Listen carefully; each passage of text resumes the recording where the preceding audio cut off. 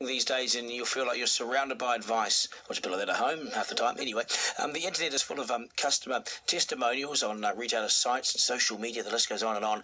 So, how do you make good sense of the nonsense? What's good, what's not, and everything in between? AUT summer lecturer, senior lecturer, Summer Kapitan joins us now. Summer, g'day. Good morning. Good morning. Thanks for having me here. You're very welcome. Nice to see you. This is the first time on the program, isn't it? It is. Good to see you.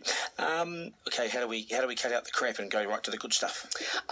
So when you're looking at online reviews, one of the first things we find is that we're drawn to them, like bees to honey, or bees to flowers. Then we make honey. Yes. The whole idea is that we look to other people to help us understand what we should be purchasing and why. They're quite addictive, those things, because you read one, then you read the next one, and you just continue to read on. Very true, very true. But the fact of the matter is that we trust reviews from friends and even from strangers on the internet far more than branded content from advertisements. So even TV ads, we trust less. Radio ads, even more. So there's about an average of, Nielsen says, 75% trust for online reviews and for family and friend recommendations versus like 63% trust for a TV ad. People we don't know? Yes, we do. That's because they tell stories. This is not a new thing, though. This has been around for years and years and years. If you talk to any business, they would say the best form of advertising you don't have to pay for because it's word of mouth. Oh, yes. Word of mouth is the gold standard.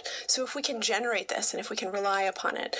So one of the things we need to think about with online reviews, though, is are they authentic and are they trustworthy? That's what I want to know, because I think, is it just their friends and businesses who are boosting? Yeah. Think about how you tell a story about a new product, a place you went on holiday. You tell a story. It's a long thing. So if you're looking at an online review, the first thing you want is to look for length. So if it's super short, it's not informative. It's not helpful. That's the point, is to help us make more informed product purchase decisions. So we look for length. We look for storytelling. There's some element of how it worked for them and what didn't work. Exactly. Detail, yes. Exactly, detail. Also look for a balance of positive and negative. Maybe if it's all glowing, it's a little too suspicious. Yes. So it's the part where we're looking at some sort of negative that was part of the experience. So what I love on a review, ones that I trust, is when they say, hey, I love this place, brilliant, really cool, but I just want to say the kids club wasn't that good, so just be a little bit careful if you bring your kids here, but apart from that, fantastic. But that feels far more authentic than just it was amazing. Yes. Point blank, that's it. Yes. So there's kind of a way that we write and that we look for them. Now, the Commerce Commission has rules for this too, right? So we're not going to hopefully fall into this trap if we're a business who is providing reviews or allowing those services to occur on their online space. So you cannot solicit fake reviews. Right. Are there some sites, do you recommend some sites better than others? Sure. So it depends on how deep you want to go into the rabbit hole of consumer testing and reviews. But Consumer New Zealand is a gold standard, consumer.org.nz. It will cost you a little bit. But what you're going to find is a series of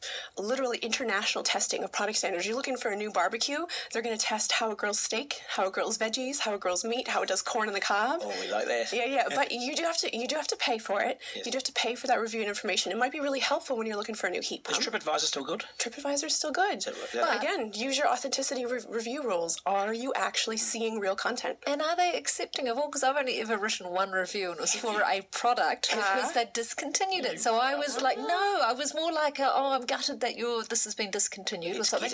They deleted it. So it was gone. So not all reviews. Is that common or rare? According to the Commerce Commission, that is something that could mean that they're breaking the law. Wow. Let's get that.